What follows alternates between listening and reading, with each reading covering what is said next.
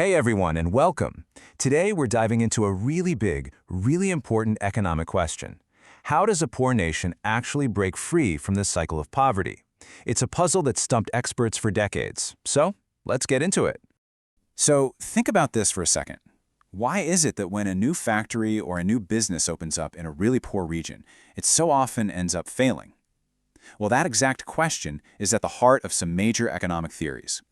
You see, the root of the problem is something called the vicious circle of poverty. It's exactly what it sounds like, a trap. It's this self-reinforcing loop that keeps underdeveloped economies stuck, making it incredibly hard to get any kind of forward momentum. Okay, so how does this trap actually work? Well, it all starts with low income. When people don't earn much, they can't save much, and they definitely can't buy much. So you have low savings and low demand. And if nobody's buying anything, who's going to risk investing in a new business? So investment stays low. And with low investment, you get low productivity, which, you guessed it, leads right back to low income. And the whole cycle just keeps repeating itself, keeping the economy completely stagnant. All right, to make this super clear, let's use a classic example. Imagine an entrepreneur decides to open a big modern shoe factory in a very poor region. Seems like a great idea, right? Creating jobs, making products. What could go wrong? Well, here's the problem. The workers who get jobs at the factory, they're not going to spend their entire paycheck on shoes. They need to buy food, clothes, and 100 other things. And what about everyone else in the village? They're still too poor to afford new shoes. The result? The factory has no customers, no market for its shoes, and eventually it has to shut down. So the big takeaway here is that a single, isolated investment, no matter how well-intentioned, is pretty much doomed to fail.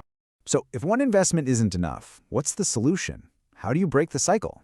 This is where a really bold idea comes into play, the doctrine of balanced growth. People have called it a full-on frontal attack on poverty. So what does that actually mean?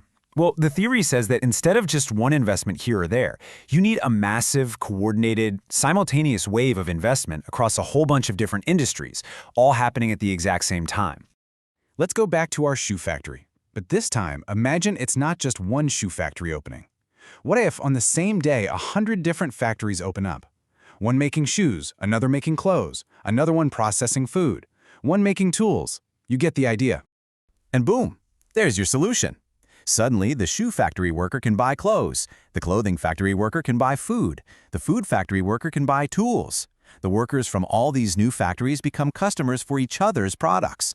The whole problem of a small market just vanishes because you've literally created your own demand. The economist Ragnar Nurkse put it perfectly with this amazing analogy. He said, "The case for balanced growth rests on the need for a balanced diet." It's brilliant, right? Just like your body needs a variety of nutrients to be healthy, an economy needs a whole range of different industries all growing together to be strong. Okay, I know what you're thinking. This sounds fantastic. A huge, sweeping plan to fix everything at once.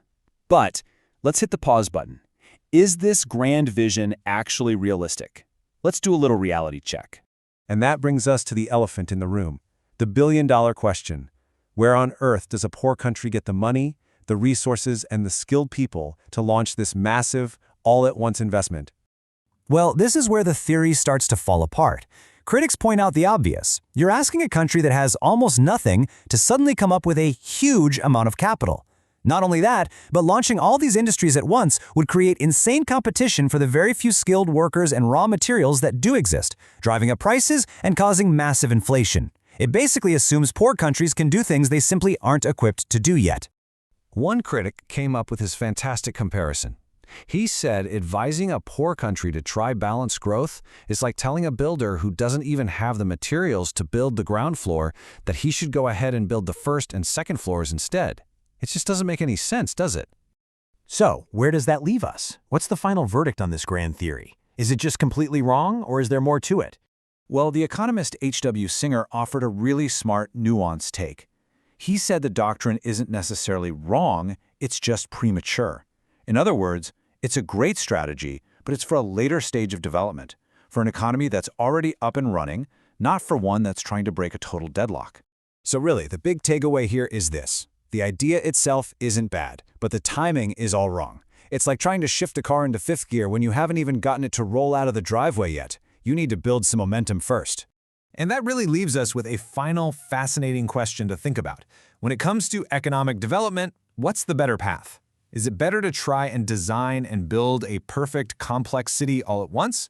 Or is it better to just build the first road and see where it takes you? Something to chew on for sure.